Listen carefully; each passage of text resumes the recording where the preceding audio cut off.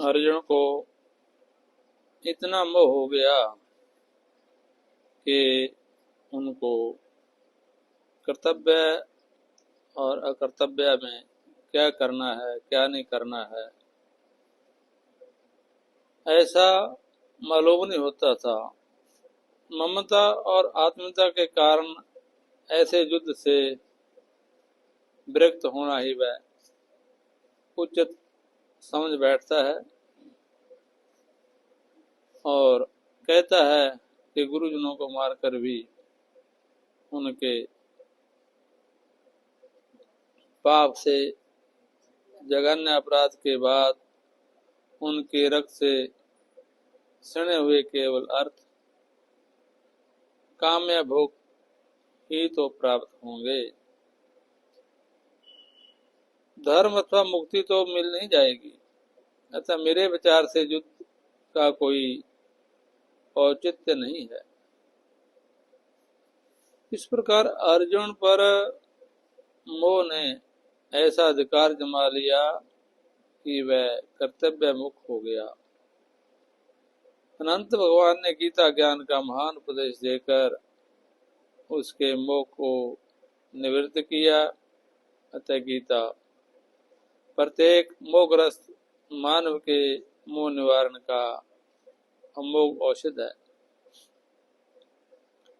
मनुष्य जब तक अपने लिए सुनिश्चित ध्येय की पूर्ति की ओर अग्रसर नहीं होता तब तक वह अन्य सामान्य जीव योनियों में उनसे विशिष्ट कोटि तक नहीं पहुंचता। अतः मनुष्य को अपने उदार या कल्याण की दृष्टि से अपनी विस्मृत चेतना की पुनः प्राप्ति के लिए प्रयत्नरत होने में ही मनुष्यता की सार्थकता समझनी चाहिए। जिस कार्य के लिए यह दुर्लभ मनुष्य शरीर प्राप्त हुआ है उसका साधन न करके मानव शरीर इंद्रियों और प्राणों की मुख्यता मानने के कारण परिवार एवं भोग सामग्रियों में आसक्त होकर के उसे भूल गया है। सभी लोगों की ऐसी स्थिति प्राय देखने में आती है, परंतु ध्यान से देखा जाए तो ज्ञात होगा कि मनुष्य की जितनी क्रियाशीलता इस विरोधी दिशा में है उतनी ही विवेकपूर्ण क्रियाशीलता से मुक्ति अथवा उद्धार का मार्ग भी शुरू हो सकता है। पर हो क्यों रहा है? पर हो क्या रहा है? मानव अपने लिए कभी स्वर्ग की, कभी अर्थ की, कभी भोग की और कभी जस की प्राप्ति के लिए नाना प्रकार की योजनाएं बनाने में मस्त है। वह समझता है कि जीवन का मूल्य इतना ही है। इस प्रकार पुनः अपने आप को आवागमन चक्कर में डालने का कुचक्कर वह स्वयं ही रच लेता है। भगवान ने गीता में बताया है, खुदरेत आत्मनात्मानम नात्मानम वसादेत आत्मेव आत्मनो बंधुरात्मेव रिपुरात्मना। अर्थात मनुष्य स्वयं ही अपना उद्धार करे, अपने आप को अवनति के गर्त में न गिरा दे। मैं स्वयं ही अपना बंधु और स्वयं ही अपना शत्रु है। आज का मनुष्य आत्मा के उद्धार के लिए यत्न न करके स्वयं भी अपने प्रति शत्रुता कर रहा है।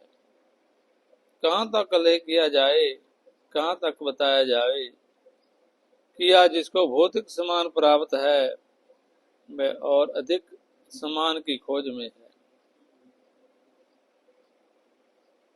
धनवान और धन की तलाश में है।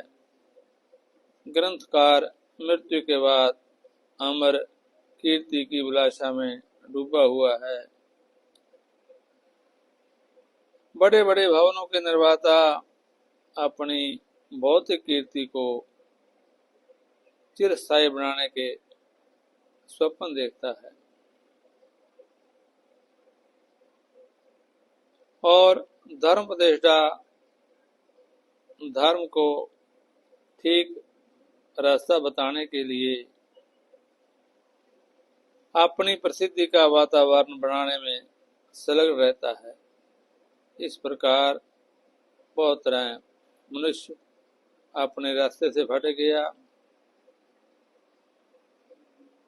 इस प्रकार मनुष्य का सारा प्रयत्न ध्येय की प्राप्ति के लिए न होकर उसे उल्टी दिशा की ओर जाने के लिए हो रहा है।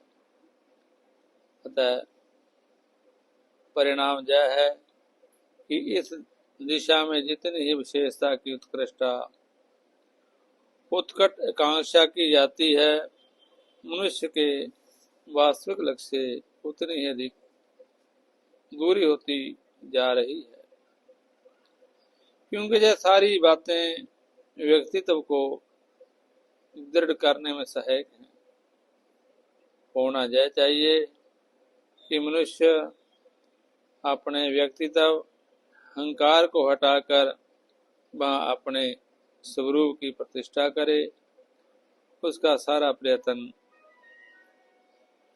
चिन्मयता की प्राप्ति के लिए होना उचित है।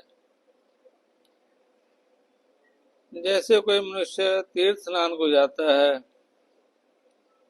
वहां मेले से दूर किसी धर्मशाला में ठहरता है और धर्मशाला के स्थान को अपने लिए उपयोगी बनाने और रसोई का सुंदर प्रबंध करने तथा अन्य अन्य सुख भोगों के सामान जुटाने आदि में इतना तन्मय हो जाता है कि तीर्थ स्नान, देव दर्शन, तीर्थ दर्शन, मेला महोत्सव और साधु समागम आदि कोई कार्य नहीं कर पाता। ऐसे मनुष्य को तो हम वासवधि बताएंगे। इसी प्रकार मनुष्य आया तो है भगवत प्राप्ति के लिए, किंतु लग गया संग्रह और भोग भोगने आदि में।